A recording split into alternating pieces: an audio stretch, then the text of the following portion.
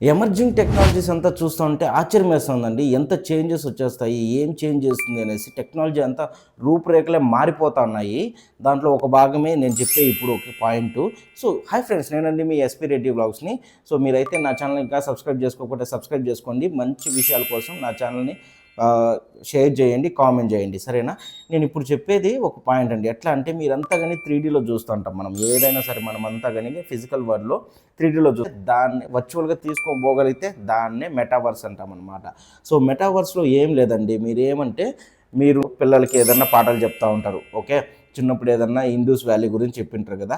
So ఆ ప్లేస్లోకి మీరు పిల్లలకి సెన్సార్లు అంతా చేతికి, కాళ్ళకి, కళ్ళకి కన్నా సెన్సార్స్ అమర్చేసి మిమ్మల్ని కానీ వాళ్ళని కానీ అక్కడికి తీసుకొని పోయి వాళ్ళంతా రియల్గా చూడగలిగితే, వాళ్ళంతా టచ్ చేయగలిగితే వాళ్ళు ఎప్పుడు జీవితంలో మర్చిపోలేరు. మనమే విశ్వంలోకి పోయామనుకోండి, చూడండి, అంతరిక్షంలోకి పోయేసి ఆ గ్రహాలని, ఓకే, ఇప్పుడు మనము శాటిలైట్స్ కూడా ఉంటాయి, దాంట్లో ఉండగలిగితే, సో దీన్ని ఫిజికల్ వరల్డ్ని వర్చువల్గా క్రియేట్ చేయడమే మెటావర్స్ అండి. అది ఖచ్చితంగా రాబోతుంది ఇంకా 5-10 ఏళ్ళలో.